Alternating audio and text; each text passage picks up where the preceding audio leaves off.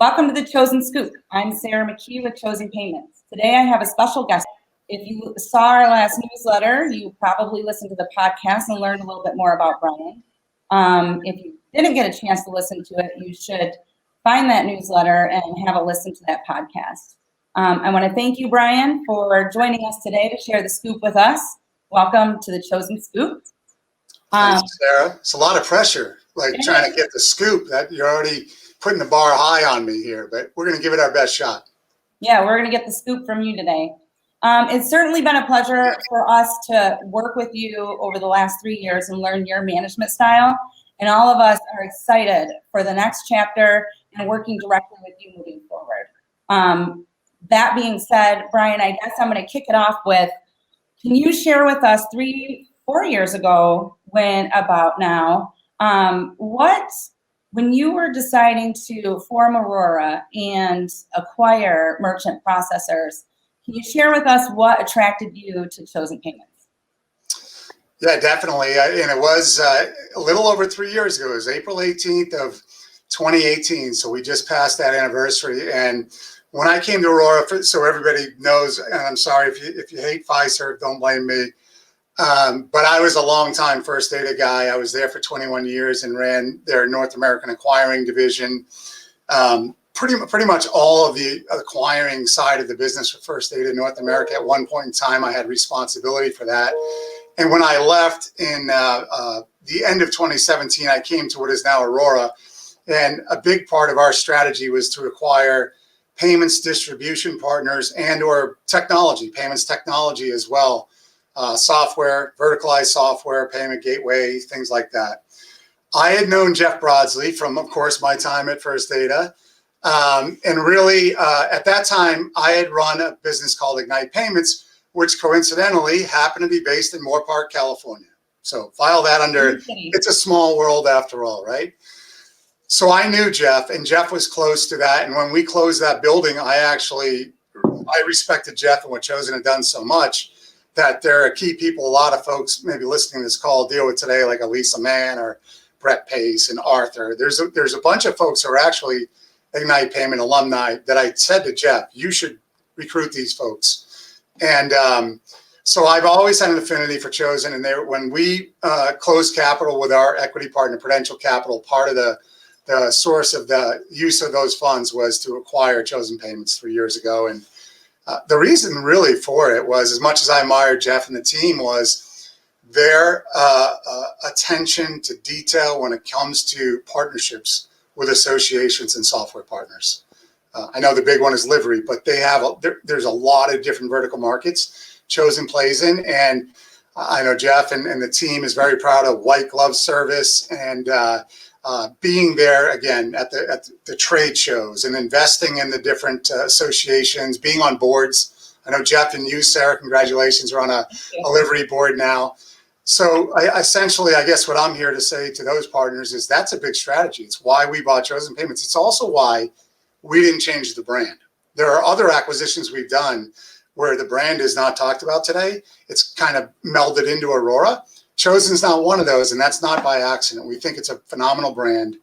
And again, we spent a lot of money on that, and that's because we want to double down on our partnerships and integrations with associations and software vendors. Yeah, that's fantastic. And to your point regarding not changing the brand and keeping the Chosen brand, I was involved in that in 2018 when the transaction took place, and taking the other brands and rolling them up underneath Aurora and Chosen. And it was quite prideful for me to be able to be a part of that and continue the Chosen Payments brand. So this is all exciting for me to see this grow. Nobody wants anyone else to tell them that their baby's name stinks. No. So I know it's sensitive.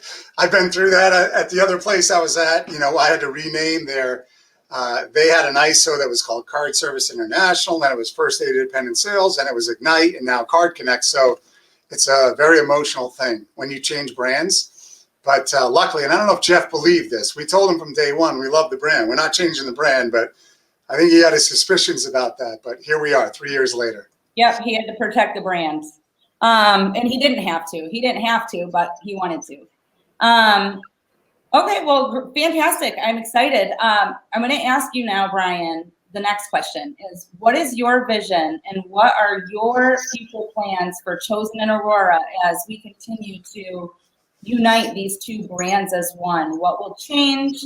How will that affect our partners and clients? And what are your thoughts surrounding that? What are you looking going forward? Yeah, and listen, it's this industry. I'm sad to say I've been in it for 25 years. I don't know how that's possible, but there has been more investment. I always say I was at a Midwest Acquirers show in 2011, I believe, in Cleveland or Chicago. And Jack Dorsey, from now everybody knows Jack Dorsey of Square, but at that time, Square really didn't exist. He was the founder of Twitter. And he was going to get into the payments business. And he talked a lot about the lack of transparency and the lack of technology. And frankly, as an executive first day, I couldn't really leave that session and say he was wrong about that. It was kind of a industry that was full of the past, and there wasn't a lot of development. But as you know, there's been so much investment in payments and new payments companies coming into the industry that, to me, it's good. It makes everybody got to be sharper. And what I think for us at Aurora, when I got here, we're in the fintech space, right? If somebody said, what category is your industry?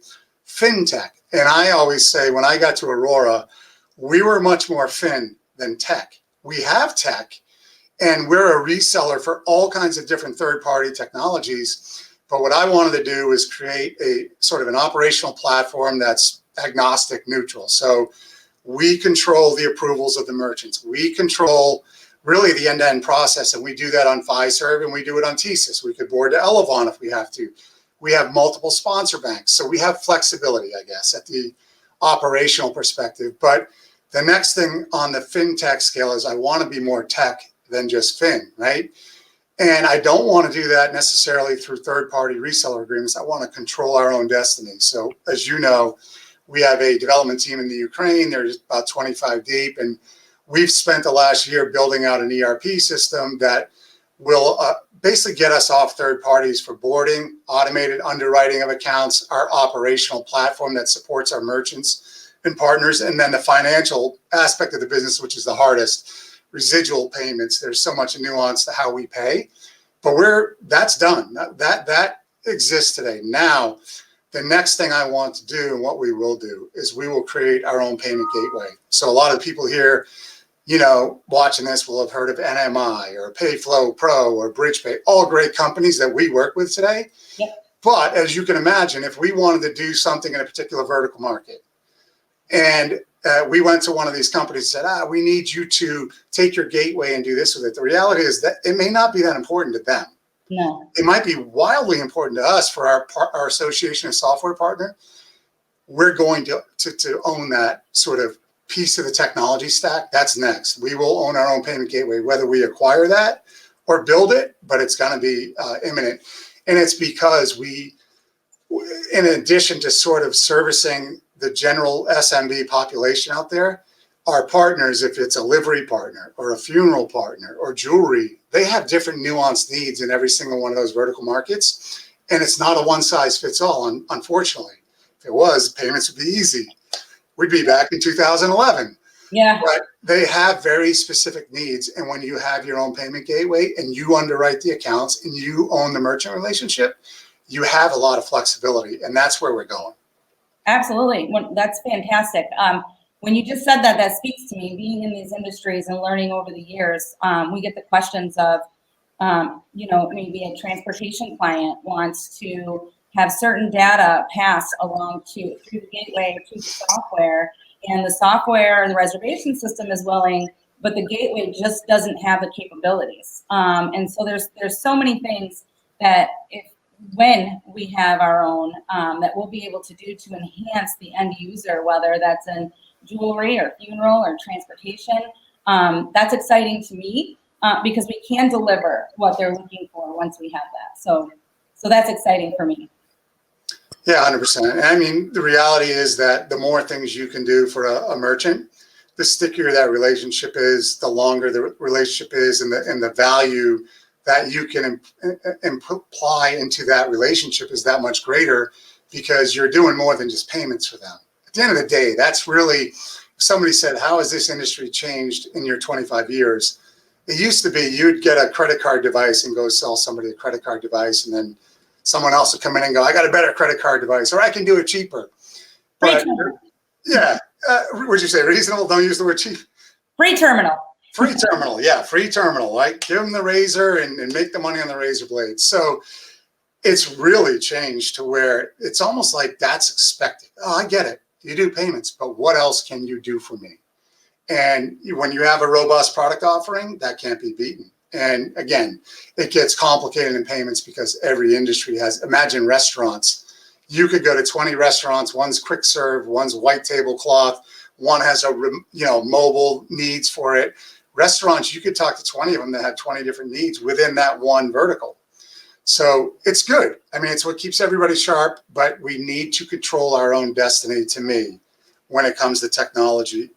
It doesn't mean that we won't work with third party, but we'll have to. You can't solve for everything. Yeah. But I would like to, as I said, we will have our own payments ecosystem end to end here in the not too distant future. That's exciting. So thank you for sharing all of that with us today. For our first video together, and for everybody watching, you know me, you know my face.